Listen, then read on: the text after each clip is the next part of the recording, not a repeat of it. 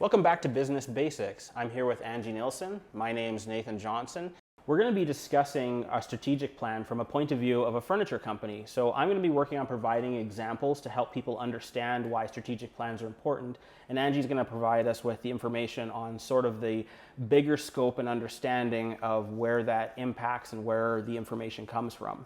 So one of the things that's really important in a strategic plan is we want to establish who we are. Really, this is broken down into 4 sections, which is describing who this is us, our customers, how we do things, and effectively doing an analysis on who we are.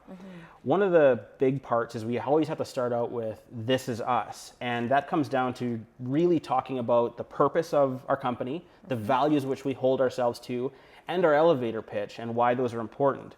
One of the things that people always ask us is that these are sometimes really difficult things to come up with. So as a furniture company, we use example purposes that we want to create high quality furniture at affordable prices. We want to have a low environmental impact. We want to do things bigger than just being a furniture company. Yeah, when you do a strategic plan, you can't plan for the future until you understand who you are. So that's why it's always important to start with that why. That Simon Sinek video, Inspiring Leaders to Action, always start with your why. Everybody knows kind of what you do. You sell furniture, great, but why? Let's get to the very root of that. So starting with the purpose of why you show up every day and really getting to the heart of that, start with that. And then those core values are that framework and the boundaries in which every decision and every action in your company is made. Once you can nail those down, then you can really start to build out further from there and then start to get into planning for the future.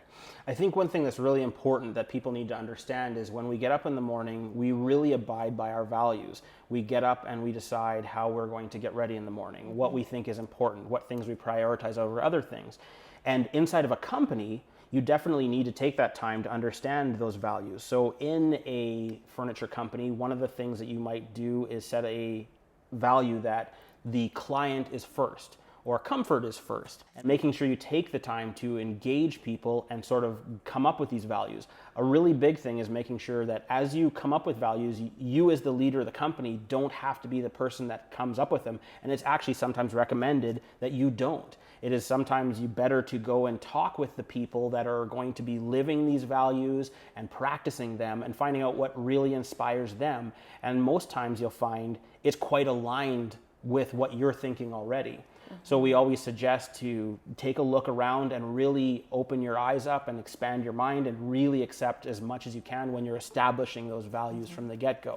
And it makes decisions easier in the future if you are giving praise or reprimand. If it doesn't align with those values, if one of your values, say, is integrity or honesty, and someone is doing something that falls outside of that, it makes it very, very easy to have that conversation. This is one of our values. This is what our company stands for. In this instance, you either did or did not go along with the values, and it makes those conversations, they're streamlined, everyone understands. It's not something that's just way out in left field.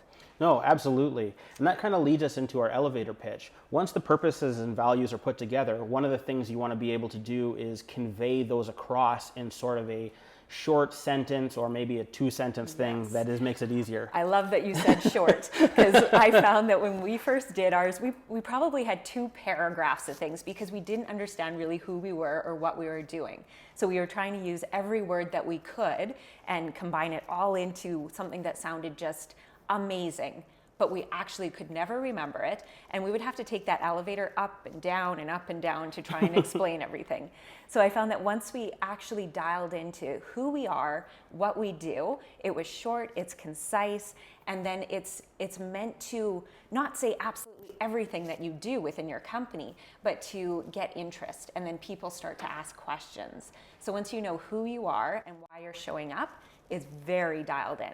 If it's any longer than 1 or 2 sentences, then you really need to look a little bit further inward and what is your company actually doing?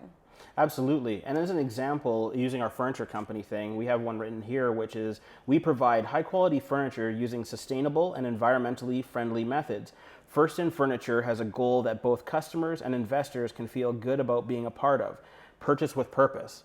So really what that's doing is it's saying on all fronts, we want to provide value to everyone involved. We want to make sure that our clients are getting the most value, that our team, as they're involved, are realizing they're having a solid impact on making a change where it's not just about, again, moving retail furniture. It's about having a positive impact with an environmental impact and us living that. And then for the people that are beholden to the responsibility and resources, that we're saying, hey, we're taking a look at this beyond the normal. We're not just doing status quo. We're giving a pitch and an understanding that anyone could sell and people would like to get behind. Mm-hmm.